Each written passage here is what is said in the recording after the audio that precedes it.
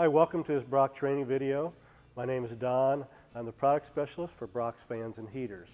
My contact information will be available at the end of the video.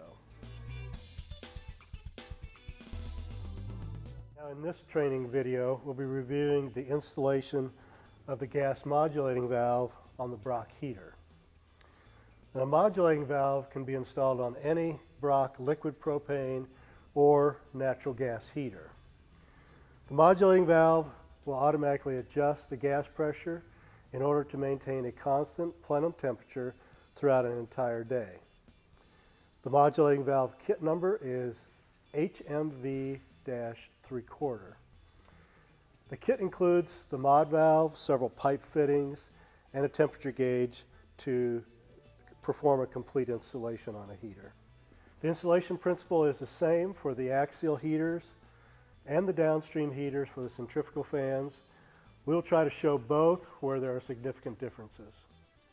When you order the mod valve kit, you'll receive the following items: the mod valve, which fits 3/4 inch plumbing, 3 3/4 inch pipe nipples, 2 3/4 inch elbows, and a thermometer that's used to monitor the plenum temperature.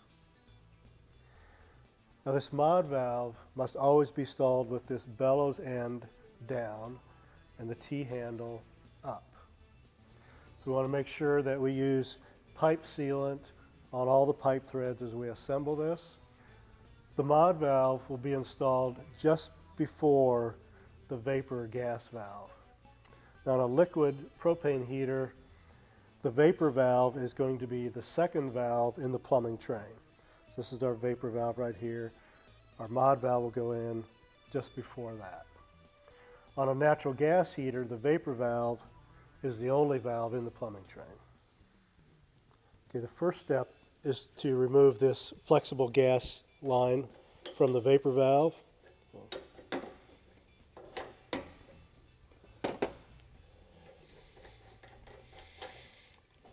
Okay, the next step will be to remove this brass fitting from this plumbing train, but in order to do that, I'm actually going to remove this entire plumbing train from the heater and get it out into a vise so that we can install our pipe fittings onto it.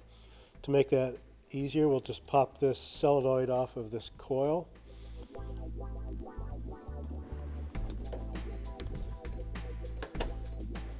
Set this to the side. We'll remove this clamp, bend this open.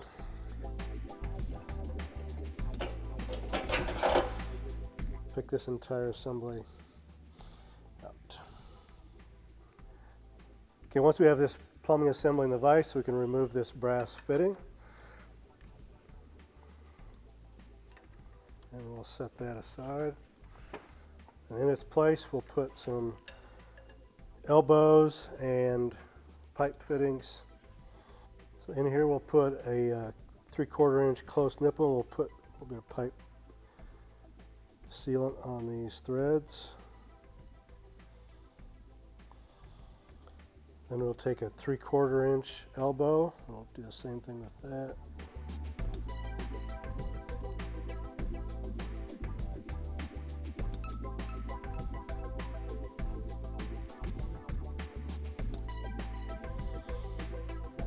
Add another 3/4 inch nipple to this elbow, and then another elbow on that one.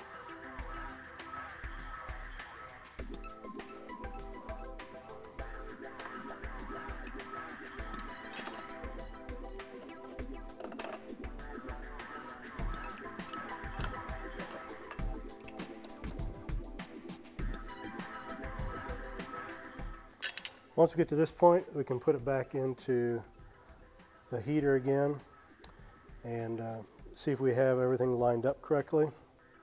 So we'll place this back in here, make sure everything fits.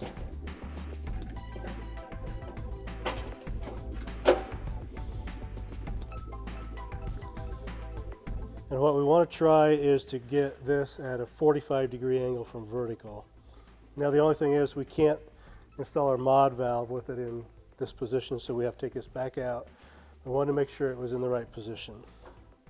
The next thing we'll do is we'll install this mod valve onto these pipe fittings. And this mod valve has a direction arrow. You can see here. We want to make sure that the outlet side is connected to this pipe fitting. Our brass fitting will go on this side, on the inlet side. So put this on. We want to make sure we support this sensor as we install this so we don't kink it in any way. And we'll tighten this up until we have this T-handle straight up, and we can use the rest of our valve here as a reference for that. The next thing we'll do is put this brass fitting, put some fresh pipe sealant on there,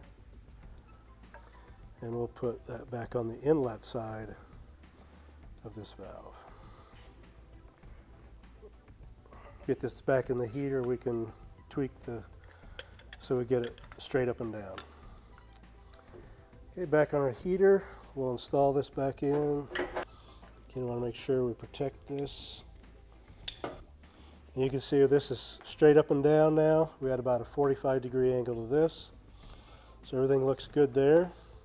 We'll put our clamp back in place.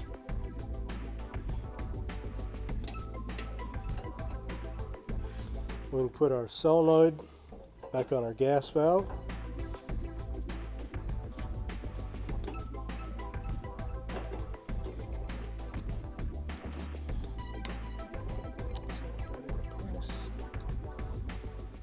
And now we'll reinstall this flexible hose to this mod valve on the inlet side. Okay, on a downstream heater we have fittings like this on our liquid propane. So on here we'll remove this flex hose, and we're also going to remove this fitting. And then we'll install our mod valve right onto here and connect that back on again. If this was a natural gas unit, you would see a shutoff valve similar to this installed in here. On a natural gas unit, we're just going to take this shutoff valve off.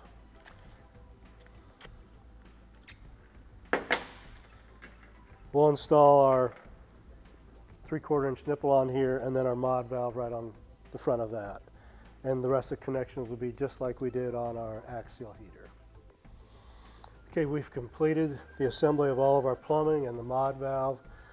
After this is all completed and you have your gas connected, you want to make sure you check all the connections for gas leaks and fix those if you have any. And then the last step will be to install this sensor into the plenum of the bin along with the temperature gauge.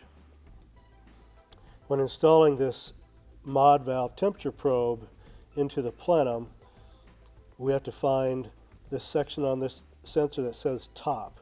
And that will always be turned up toward the top to get the best results. And we'll slide this right into our plenum, and we can tighten this up, and we'll just straighten this out back to the heater. And then we will install this temperature gauge into the plenum here as well,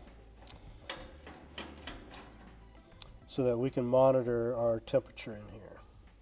Now once this is all completed, the last thing we need to do is have a qualified electrician install your thermostat.